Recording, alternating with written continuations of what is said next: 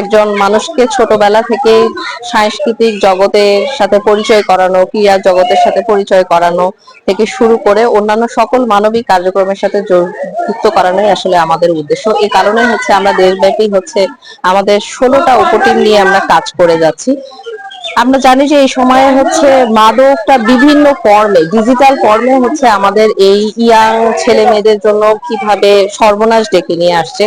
আমরা চাচ্ছি যে তাদেরকে বিভিন্ন ভাবে বিভিন্ন কর্মকাণ্ডের মধ্য দিয়ে তাদেরকে তাদের সময়টাকে কিভাবে তাদের বয়স উপযোগী করে হচ্ছে সময়টাকে তারা কাজে লাগাতে পারে, সেক্ষেত্রে আমরা সব সময় এই ধরনের প্রোগ্রামের আয়োজন করে যাচ্ছি। এবং আমাদের লক্ষ্য হচ্ছে যে আমরা লালমনিরহাট সহ দেশের সকল স্কুল, কলেজ, ইউনিভার্সিটি গুলোতে এই মাদক বিরোধী যে প্রচারণা এবং তাদের ভবিষ্যৎ পথরেখাটা একটু সুগম করে তোলার জন্য যে একটা গাইডলাইন দেওয়ার, এটা আমরা চেষ্টা করে যাচ্ছি। আমরা যুব সমাজকে এমন ভাবে তৈরি করতে চাই যে তারা যেন কোনোভাবেই মাদকাসক্ত না হয় এবং ক্যাসিনোর সাথে জড়িত না হয়। মূলত মাদকের ভয়াবহতা, যে করাল গ্রাস, যে মাদকের যে ভয়াবহতা, এটা নিয়ে আমরা মূলত তাদেরকে সচেতনতা তৈরি করার জন্যই আজকের এই আয়োজন। ভয়াবহ ব্যাধি, এই ব্যাধি থেকে উত্তরণের জন্য আমাদের অবশ্যই সবাইকে সচেতন হতে হবে।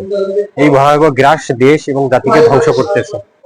এর প্রতি সবাই সর্বদা সচেষ্ট থাকবো, যাতে কোনোভাবেই মাদক এবং ক্যাসিনো সমাজে গ্রাস করতে না পারে। মাদক ও ক্যাসিনো বিরোধী সচেতনামূলক সেমিনারের আয়োজন করা হয়েছে।